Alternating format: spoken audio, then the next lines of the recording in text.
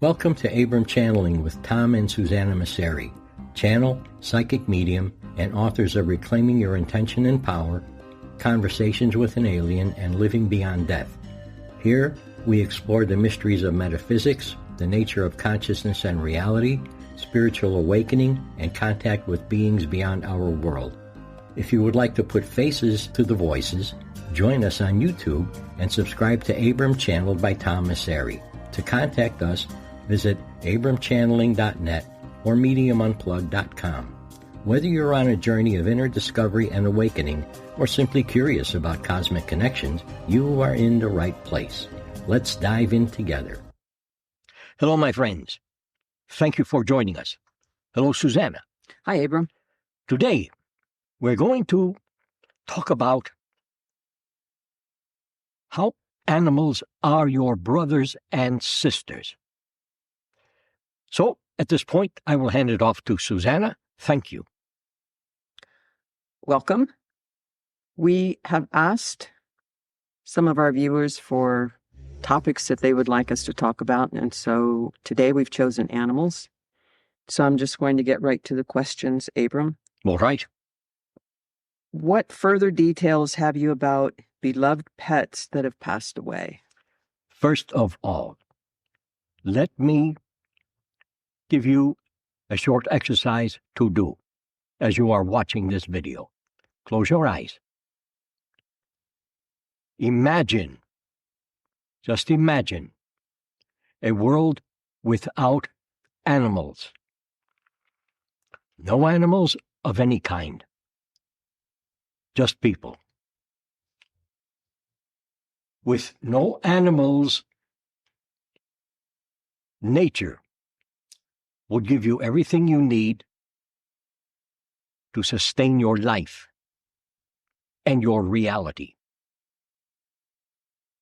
Would you be able to live without animals?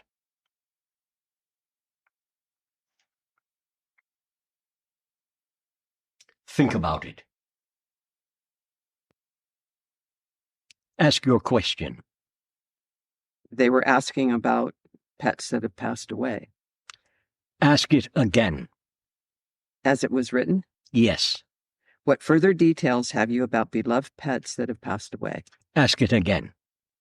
What further details have you about beloved pets that have passed away? Details. Pets who have passed away. Ask it one more time. What further details have you about beloved pets that have passed away? There are no further details. I knew you were going to say that. Thank you.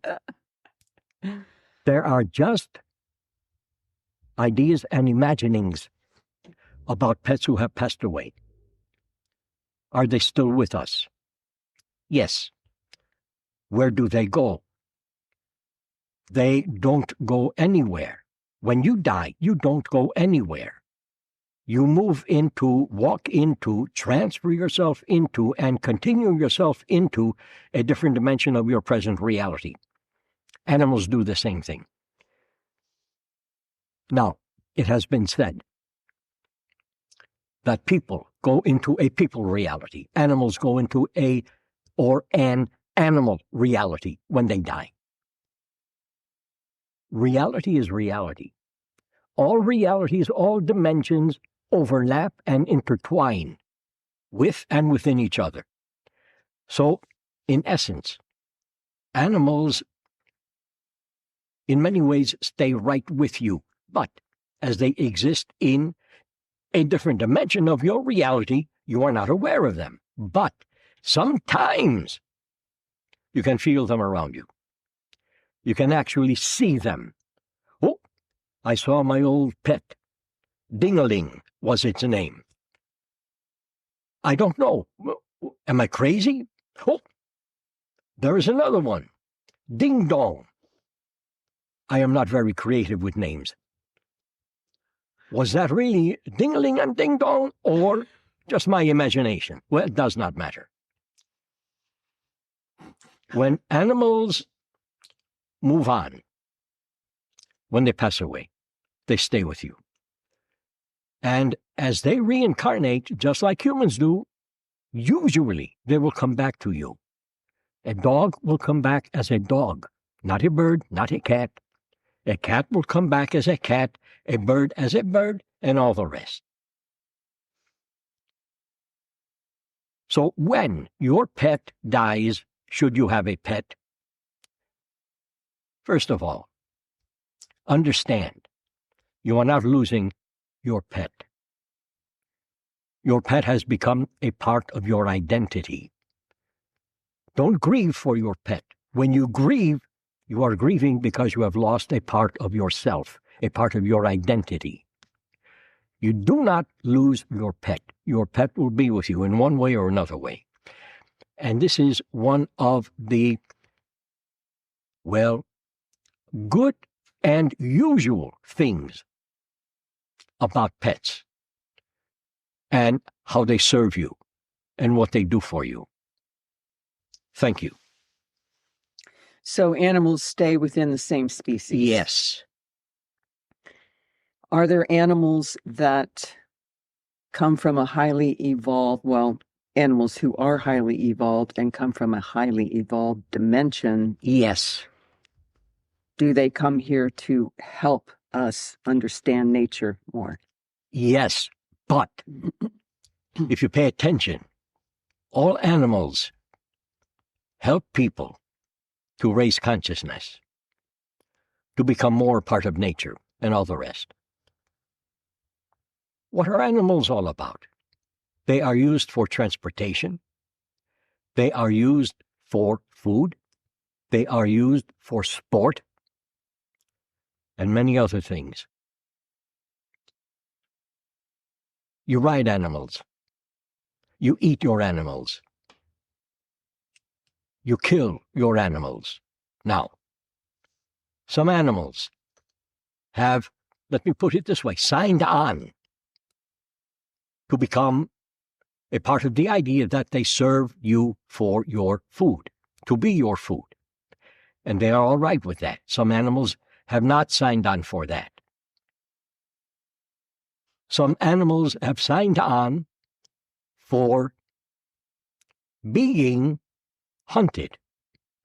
Some have not. People use animals in many different ways. And I will not go into details about how animals are slaughtered and ground up and all of that to make your food. I will not talk about that at all. But what I will talk about is hunting animals. People hunt animals for food. This is one thing. People hunt animals to have a trophy kill. This is a different thing. If you hunt, how do you hunt? For food or to have a trophy? Think about it. Just think about it. Thank you. How long do you think it will get us to the point where we're not experimenting on animals? How long will it take people to get to a point at which and in which they really understand themselves? We can talk a couple of thousand years. That would be about right. Evolution takes time. Change takes time. Change happens slowly. As people change, their awareness of animals will change also. They will begin to understand more and more that animals are their brothers and sisters because animals are to serve people in many different ways, many different ways. And going back to the little exercise I gave you in the beginning, if there are no animals and you had to rely on nature to support you, could you do that? Would you want to do that?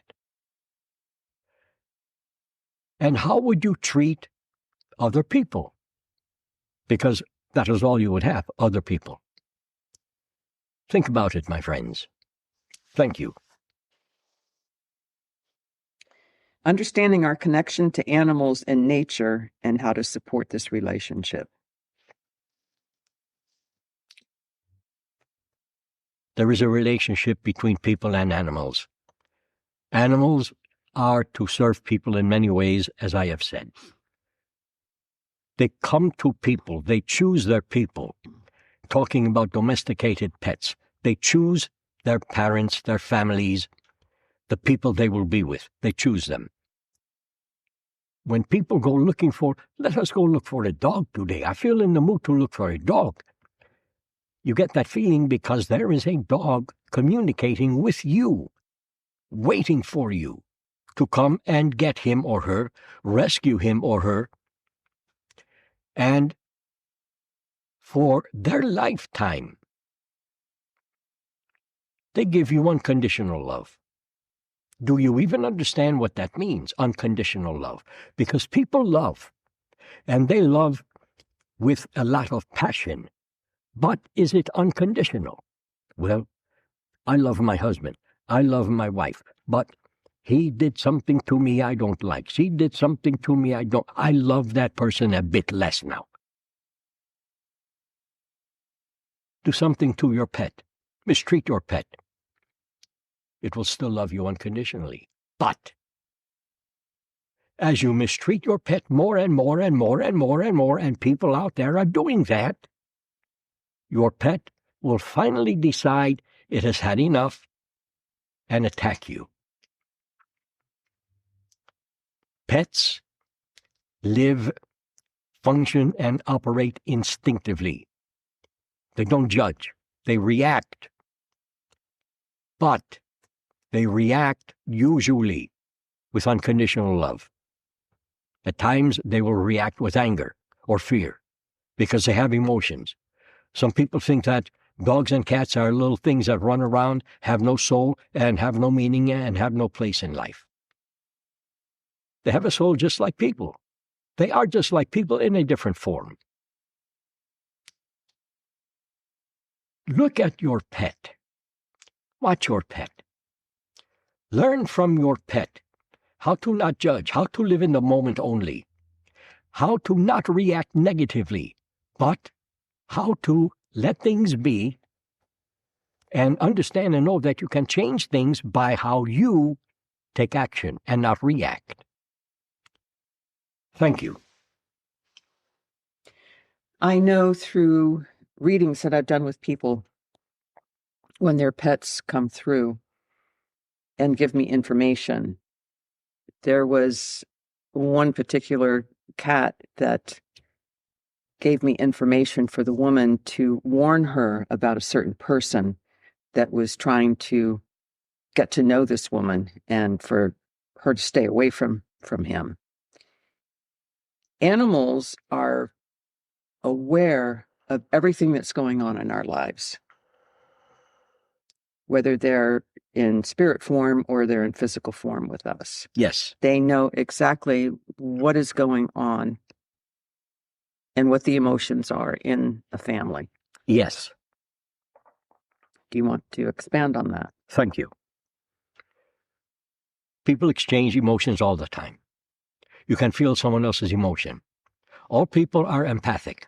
Animals are also empathic. If you talk to your dog or your cat or your pet, bird, whatever your pet might be, they usually do not understand most of the words, but they understand the tone of your voice because there is emotion in the tone of your voice. They respond to that. They meet people and they know instinctively and emotionally who is all right and who is not all right. That cat had warned that woman of that individual because of an emotional connection to that person. And that cat knew instinctively that something was awry, something was not right. All animals do that. They protect their owners. If you want to call yourself an owner, I would just assume you call yourself your pet's brother or sister, because they are your brothers and sisters also.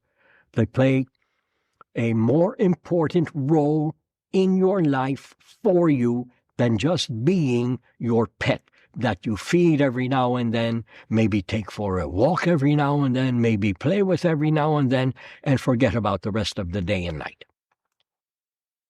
They are with you for a reason. Animals are for a reason, and the reason is many reasons. One is to be a companion to you. One is to protect you. One is to see that you live your life in the best way. Oh, really? What do you mean by that? Well, thank you for asking. I will tell you. As you go about your life, you make mistakes. You do stupid things. Everyone does. And I did also when I was alive in physical form as a Mayan. You do stupid things. So what? Your animal, your pet, picks up on those things because all things are emotional. And when you do something that is not right, not good, and stupid, you might find them coming up to you, looking at you, and staring into your eyes. They are telling you, do it again, but do the same thing in a different way. They assist you. This is why they are their brothers and sisters to you and for you. They assist you in living your life in a good way. And the more that you treat your pets, your animals, all animals with love and respect and compassion, the more they give back to you. Think about, if you have a pet, think about your pet as being your brother or sister. Just think about it. And watch your pet. And learn how to live a good way. And that is not a judgment. I am not saying you are living in a bad way, no. But your pets can show you and tell you how to live in a good way. Not judging, that is good. Living in the moment, that is very good. Not reacting harshly or negatively, that is very good also. Always taking action. Not in a positive way, not in a negative way, just taking action. How can you take action if it is not positive or negative? Thank you for asking. I will tell you.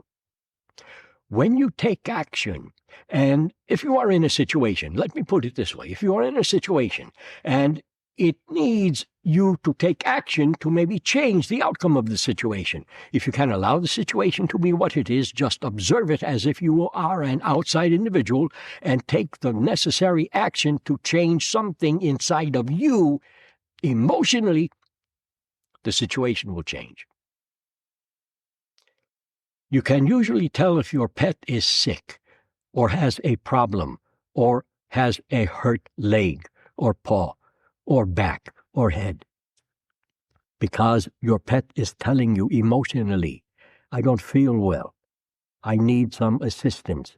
I need your love. I need a doctor. You know this instinctively. Your pet does not tell you, hey, I'm sick today. They give you the emotions, and with your instinct, you pick up on those emotions, and they do the same with you. When you don't feel well, they are around you more. They comfort you. They are for you. Too many people mistreat their pets and animals. When you don't feel good about yourself, you do those things. When you feel good about yourself, you understand animals are your brothers and sisters, and you revere them.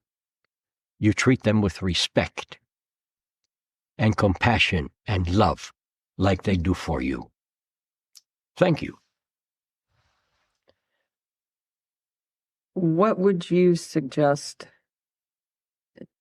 a way for people to communicate telepathically with their animals?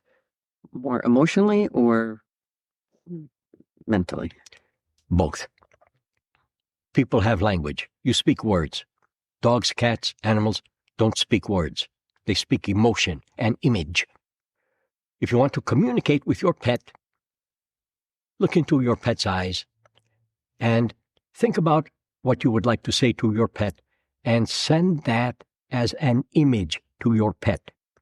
Your pet will pick that up because it has your emotions in it, and instinctively your pet will know what you are telling it. It will communicate the same way with you. Emotions and image. They will send you images. Look into their eyes. They will send you images. This takes practice, but you can do it. Everyone can do it. As long as you have nothing that gets in the way of your relationship with your pet, and many people do, you will have free communication with your pet. I guarantee it. Thank you. I have one last question. All right. Animals have emotions like we do. Yes. They can feel jealousy. They can be possessive. What about dogs in particular? Where, let's say, a male dog feels that they're the mate or the partner of the woman in a marriage and kind of tries to out the husband, or vice versa. Some animals do that.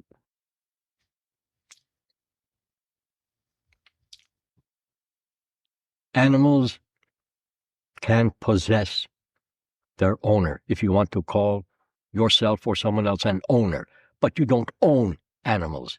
Even if you pay to adopt them, you don't own them. They choose you. You don't choose them, they choose you.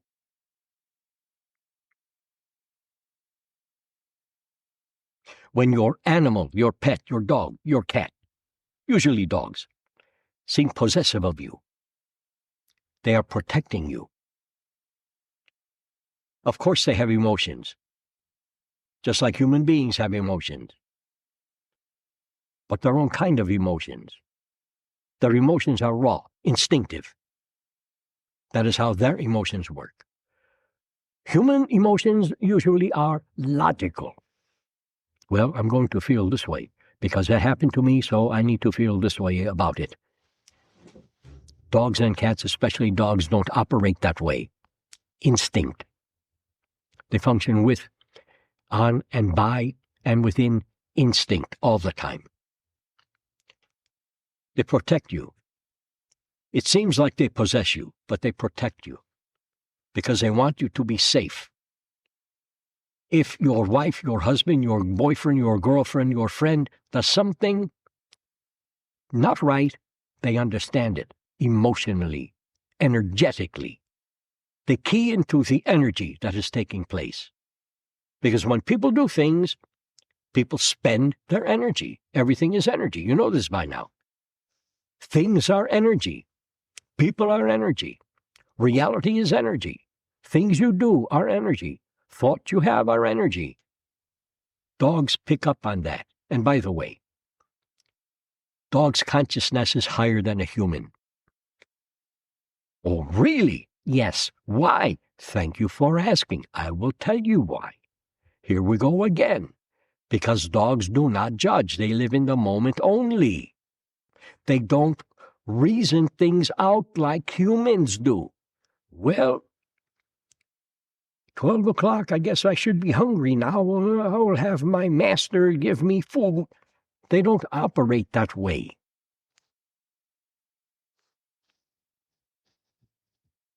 They let all things be. And they see all things as being the way they are. They don't control, although many times it seems like a dog will do that in a family situation. But they are just asking for help. They are not controlling. And when they seem possessive, they are protecting. It seems possessive because human beings possess each other. Even if you think you are not possessive, you are, to a degree. Everyone is. You cannot get away from that. That is part of being a physical human being. Nothing wrong with that. Watch your dog. Learn from your dog. Become a bit more like your dog. You might find a bit more joy in life. Think about it. Thank you. That's all I have. Then I have one more thing. Okay. If you have a pet, a dog, a cat, a bird, does not matter, elephant, pterodactyl, I don't care. If you have a pet, walk up to your pet. Look into your pet's eyes. And just say, "You are my brother. You are my sister. I have so much love for you. Sometimes I cannot contain it. So just let me give it all to you right now." And gently touch your animal.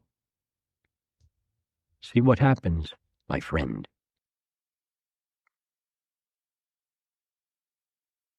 Thank you for joining us. Thank you, Susanna. Thank you, Abram.